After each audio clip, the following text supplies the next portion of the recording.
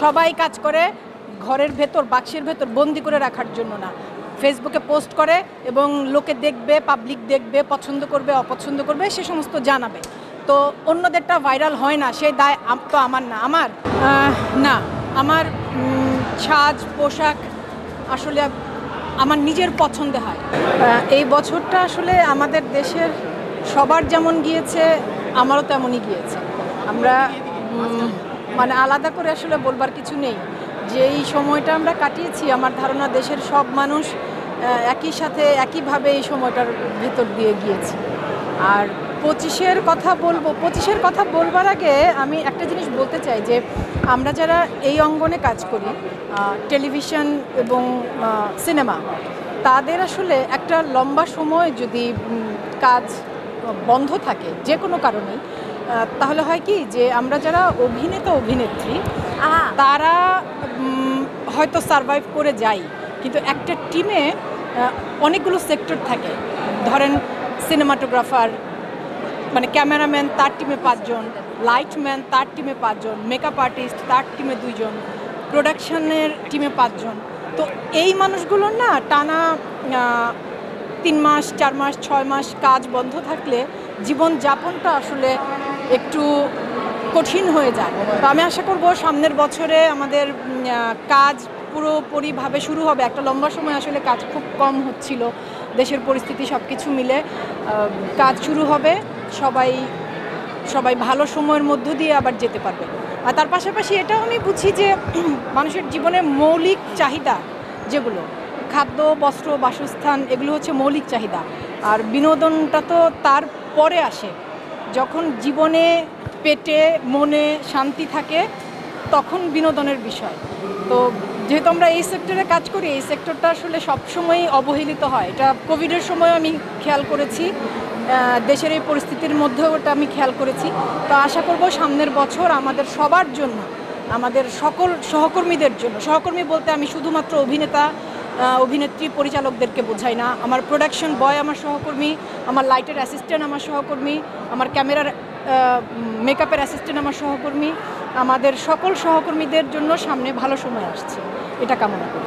Award অনুষ্ঠান বোধহয় ভাইয়া নতুন মুখ আনার ক্ষেত্রে কার্যকর ভূমিকা পালন করে না। নতুন মুখ আনার ক্ষেত্রে কার্যকর ভূমিকা পালন করে আমার দেখা দৃষ্টিতে বিউটি কন্টেস্টগুলো, যেমন লাক্স বিউটি কন্টেস্টের মধ্য দিয়ে আমরা অনেক নতুন মুখ পেয়েছি এবং প্রতি বছর প্রায় 10 জন করে নতুন মুখ পাই। এবং আমাদের দেশে গত 15 বছরে যারা নারী অভিনেত্রী, তাদের মধ্যে প্রথম সারির সব তারকারা কিন্তু লাক্স থেকে এসেছে। তো নতুন মুখ আনা, এবং এখন তারা ভীষণ জনপ্রিয়, ভীষণ ভালো অভিনেত্রী। যেমন আমি মেহজাবিনের কথা বলবো, মিমের কথা বলবো, মানে জানেন আপনারা আরও অনেকেই আছেন, দারুণ কাজ করছে, তারা দারুণ অভিনয় করছে। তো এটা মেয়েদের জন্য একটা খুবই ভালো একটা প্ল্যাটফর্ম বলে আমি মনে করি। গত 2 বছরে আমি যে ডিজাইনারদের মডেল হয়ে কাজ করেছি, আজকে যা শাড়ি পরে এসেছি, সামিনা সারা মেহেরের ডিজাইনার, গত 2 বছরে আমি যে ডিজাইনারদের মডেল হয়ে কাজ করেছি, সামিনা সারার মডেল, সানায়া চৌধুরীর মডেল, তাসমিত আফিয়াত আর্নির মডেল, এবং এদের প্রত্যেকের মডেল হয়ে মিম মেহজাবিন প্রত্যেকে কাজ করছে। সবাই কাজ করে ঘরের ভেতর বাক্সের ভেতর বন্দি করে রাখার জন্য না, ফেসবুকে পোস্ট করে এবং লোকে দেখবে, পাবলিক দেখবে, পছন্দ করবে, অপছন্দ করবে, সে সমস্ত জানাবে। তো অন্যদেরটা ভাইরাল হয় না, সেই দায় তো আমার না।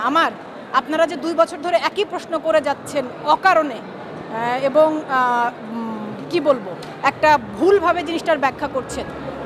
আমি মডেল হিসেবে কাজ করছি, মডেল হিসেবে আমার আরও 5 জন সহকর্মীরা কাজ করছে, একই ডিজাইনারদের পোশাক পরে কাজ করছে।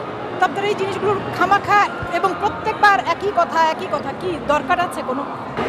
সাদা যেটা দেখেছেন সেটা হচ্ছে গ্ল্যাম আর্টস নামে একটা ম্যাগাজিন, সেই ম্যাগাজিনের কাভার মডেল, এবং ওই গ্ল্যাম আর্টস ম্যাগাজিনের কাভার মডেল হয়েছে তারপরের সংখ্যার সুনেহরা, তারপরের সংখ্যার মিথিলা। তো এটা তো আমাদের পেশা, আমরা অভিনেতা মডেল, পেশাগতভাবে তারা আমাকে কাভার মডেল করতে চেয়েছে, আমি কাভার মডেল হয়েছি। আর ফাল্গুনের যেটা বললেন ওটা আসলে আরেকজন ডিজাইনার সনি রহমান, ওর ডিজাইন করা একটা শাড়ি। আর আমি সামনে একটি নতুন, মানে সামনে না, একটা সিনেমার শুটিং শেষ করেছি, জাহিদ হোসেনের একটি সিনেমা লীলামন্থন। তো সেটার প্রমোশনের জন্য ওই ডিজাইনার এবং পত্রিকা ওরা কোলাবোরেশন করে ওটার নিউজের জন্য ওই শ্যুটটা করেছে। আর কাজের বিষয়ে আসলে সামনে নতুন বছর আসছে 2025। জানুয়ারি মাসে আরেকটা নতুন খুব ভালো একটা চিত্রনাট্য পেয়েছি এবং সব ঠিকঠাক থাকলে হয়তো নতুন আরেকটি ছবিতে কাজ করতে যাচ্ছি, আপনাদের সবার সাথে দেখা হবে। না, আমার সাজ পোশাক আসলে আমার নিজের পছন্দে হয়, তবে আমার আজকের সাজ আমার মেকআপ করেছেন ফারহানা চৈতি, চৈতি আপু মেকআপ করিয়েছে। আর শাড়ি তো বললাম, শাড়ি ডিজাইন করেছে সামিনা সারা মেহেরের, তো কৃতিত্বটা মূলত ওদের। আর হ্যাঁ, মানে কোনো আয়োজনে যাবার সময় আমি কেমন দেখতে চাই সেটা সম্পর্কে আমি আমার মেকআপ আর্টিস্টকে একটা ধারণা দিই যে আমি আসলে আমাকে এভাবে দেখতে চাই। আর আপনি যে প্রশ্নটা করেছেন সেটা আমি বুঝেছি যে আমি না আসলে সাজের ক্ষেত্রে একটু হালকা অল্প সাজের মধ্যে নিজেকে কিভাবে পরিপাটি দেখানো যায় ওটা আমার ভালো লাগে, আমি ব্যক্তিগতভাবে ওটা পছন্দ করি। এটাও আমি বলেছি ভাইয়া, আসলে হয়েছে কি আমি তো একজন পেশাদার অভিনেতা এবং মডেল, এবং আমি 20 বছর ধরে কাজ করছি। 2005-এ আমি কাজ শুরু করেছি সিসিমপুর দিয়ে, তারপর থেকে এ পর্যন্ত আমি শুধুমাত্র অভিনয় এবং মডেলিং ছাড়া আর কিছু করি না।